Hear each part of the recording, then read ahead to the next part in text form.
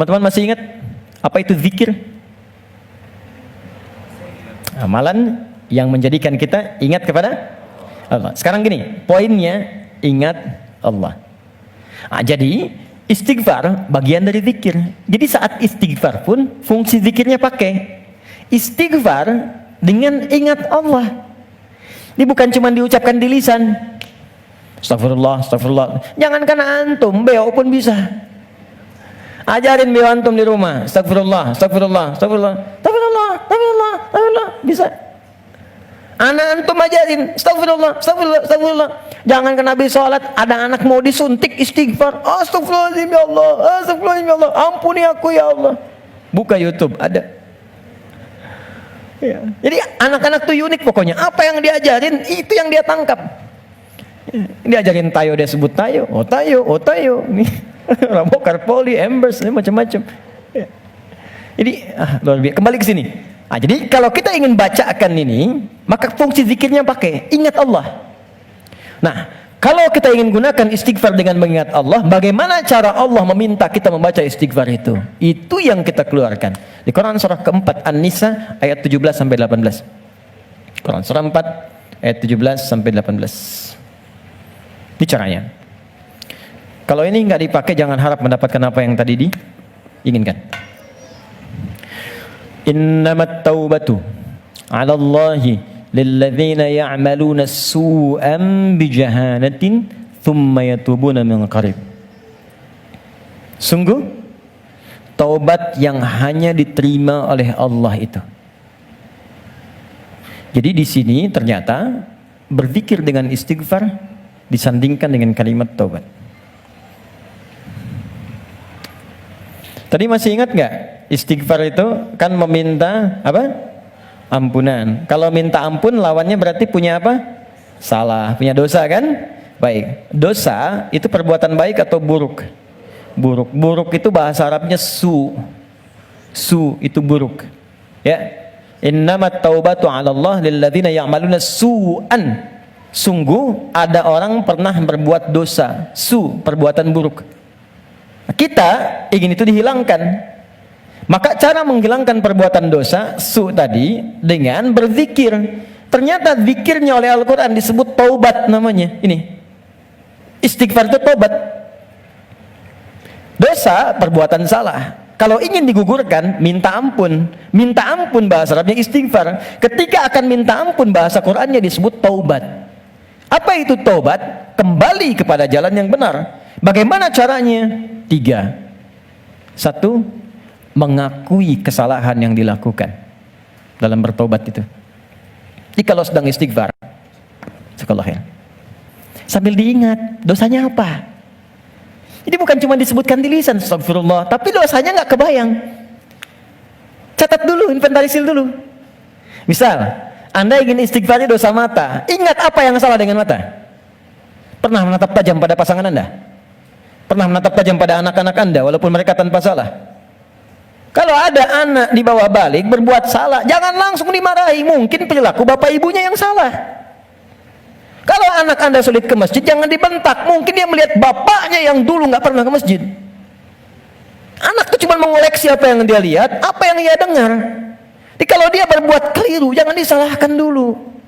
Istighfar dulu. Saya salah ya Allah. Catat dulu.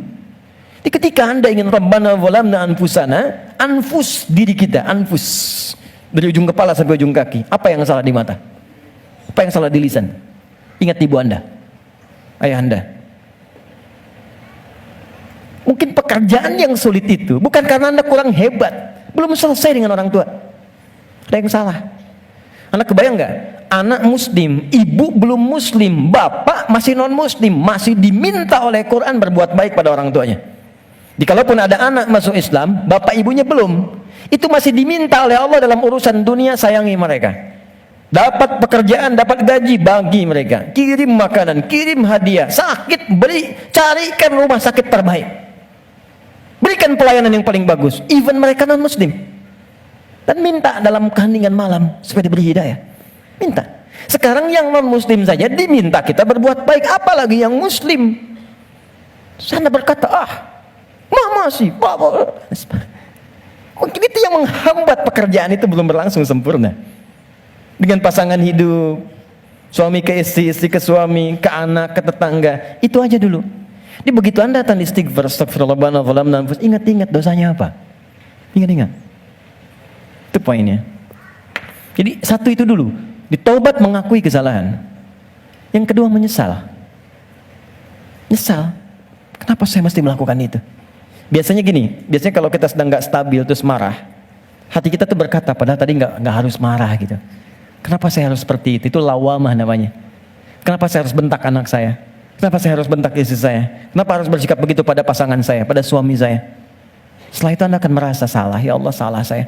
Astagfirullah, astagfirullah, astagfirullah. Nah, bacaan istighfar disertai zikir dengan kalimat taubat ini, itu yang akan menghunjam kepada jiwa. Sehingga akan terasa energinya beda, alirannya lain. Dan sentuhan ke arusnya akan berbeda. Dibanding Anda hanya sekedar mengatakan astagfirullah, astagfirullah, rabbana zalamna, enggak ada getarannya. Tidak. Karena itu, begitu Anda merasakan, mengatakan, mengakuinya, menyesalinya. Kata para ulama, bayangkan kalau Anda masih merasa mengerjakan itu, bayangkan seketika diwafatkan. Sesali itu, terakhir, mengganti itu dengan perbuatan yang lebih baik. Ganti dengan yang baik. Akui, sesali, ganti dengan yang baik. Karena itu di Quran itu ketika ada kata taubat selalu diiringi setelahnya umumnya dengan kata aslah. Faman taba wa aslaha. Ya, taba wa aslaha wa aslaha. Orang taubat yang benar itu yang mampu mengganti perbuatan buruknya dengan yang lebih baik. Di setelah istighfar, lisannya nggak kasar lagi. Alih-alih mencela, sekarang jadi kata-kata yang mulia, kata-kata cinta yang keluar. Dengan teman-teman juga begitu, mata jadi baik, telinga jadi baik sampai ke ujung kaki. Itulah tobat yang benar. Jadi kalau esensi istighfar kita mau benar, ini teman-teman gini ya, kalau ini dipraktekkan satu aja, jadi orang baik kita. Satu aja, jadi orang baik. Lalu apa yang kurang baik dalam Islam? Nggak ada, Pak. Makanya jangan sembarangan menyebut Islam. Ini sekarang banyak di luar orang bikin isu tentang Islam, cuman salah. Cara berpikirnya keliru. Sekarang kan yang disebutkan Islam semua, Islam radikal. Jadi angin membangun persepsi Islamnya memang radikal. Kalau ada yang radikal, bukan Islamnya, Muslimnya yang keliru, orangnya. Dan logika berkata begini, ini hukum logika di ilmu mantik, ilmu logika. Ini ada A misalnya, satu ajaran. Diajarkan di 1, 2, 3, 4. Ajaran di 1 jadi baik, 2 baik, 3 baik, 4 tidak baik. Maka jangan langsung disalahkan A-nya. Dilihat mungkin ini yang salah belajarnya. Jadi kalau peci Anda tidak cukup dengan kepala, jangan dipotong kepalanya. Cari ukuran peci yang sesuai.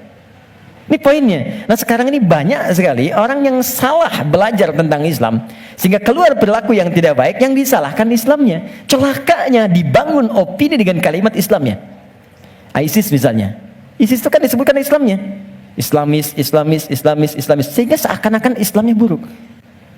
Saya kemarin membuat statement begini, ya, tak kenal maka ta'aruf, bukan tak sayang, ya, ta'aruf. Jadi tidak selalu kenal mesti sayang. Ya, Anda kenal dengan istri tetangga kan tidak harus sayang, ya? Kenal ya kenal saja, tak kenal maka ta'aruf. Kenalan kan? Anda tak tahu Senayan, datang ke Senayan kan? Anda tak tahu Aviara, datang ke sini. Anda tak tahu Ustadz Fulan, datangi, dengar, lihat. Anda tak tahu Islam, masuk aja dulu. Ya masuk aja dulu ke Islam. Masuk aja, lihat. Terus ikutin sholat, ikut baca Al-Quran, ikut belajar puasa. Yakin saya, begitu masuk gak akan keluar. Kalau benar belajarnya. Kalau belum siap masuk dengan pintu syahadat, lewat belajar dengan pintu sholat. Ikut-ikutan dulu pakai jilbab, ikut-ikutan ikut sholat, merasakan kenikmatannya, ikut puasa dulu. Begitu siap masuk lewat pintu syahadatnya. Enggak siap, enggak dipaksa. Indah semuanya. Tuh, ini poinnya. Jelas ya? Oke, jadi saya ingin apa yang kita lakukan itu punya makna. Saya senang paham.